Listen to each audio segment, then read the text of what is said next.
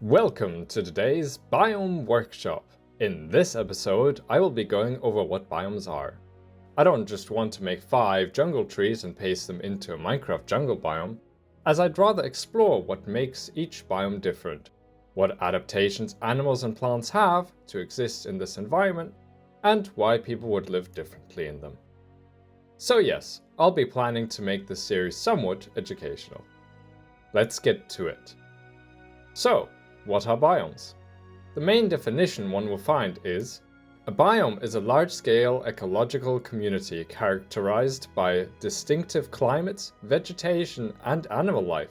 It encompasses a particular geographical region and is determined by factors such as temperature, precipitation, soil type, and topography. Essentially, biomes are parts of nature that are different. This can result from many different reasons, such as mountains blocking the way of air and currents coming together or splitting apart. Let's look at mountains.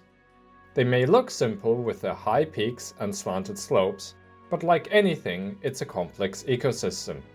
In this case, changing with their height. Of course, it depends on where they stand, as in the real world, a mountain in the Rockies will be different to the Himalayas.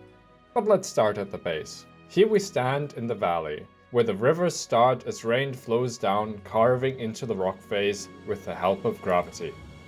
This place is called the foothills, where we may find lakes and hobbits lurking around. Now looking up, we see the woodland areas with the montane zones where fewer and fewer trees will grow until the subalpine region, going from lush trees to coniferous pines and meadows, eventually reaching the eternal snows and glaciers. And yes, the eternal snows is a real thing. It's an area where trees stop growing and even meadows have a hard time surviving, as the area is covered in snow and ice all year round. And that's just the basics. From that, in a future episode, we can think about what animals would make sense in such an environment, where people might want to settle down, and what materials they would make their structures from. Oof, so much to think about. Alright, but I don't just want to remake Earth, though it is our best example.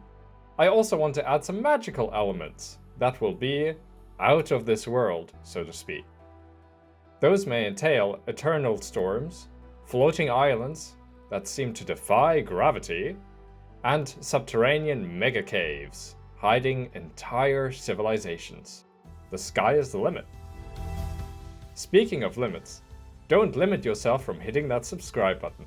In the next episode, I'll be going over the general layout of my biomes, showing you what my fantasy world will look like. Thank you for watching, and see you next episode.